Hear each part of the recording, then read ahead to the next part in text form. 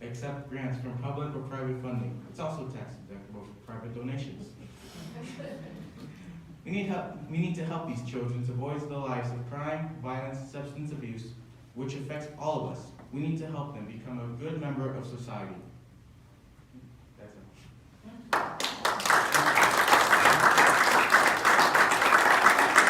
Could you show us an example of your backpack? I see one down on the ground, so that you could show it to the audience.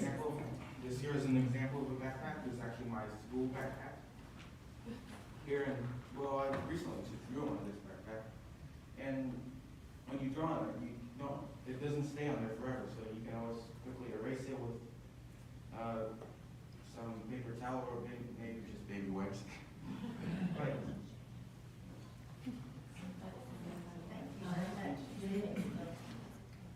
Out there as an advocate specifically for autism and other ways to combat ACEs, as you very well articulated up there. But I mean, you're also an entrepreneur and you're also a creator.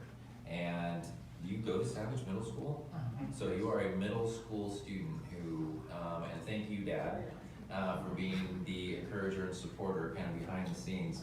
But I think it's amazing when young people like this take such a, they really own what it is that they're invested in. They take responsibility, and not only for themselves, but you know, you're out of yourself and you're giving back to the community in such a fantastic way. So congratulations, and just, you're a very impressive young man. Thank you.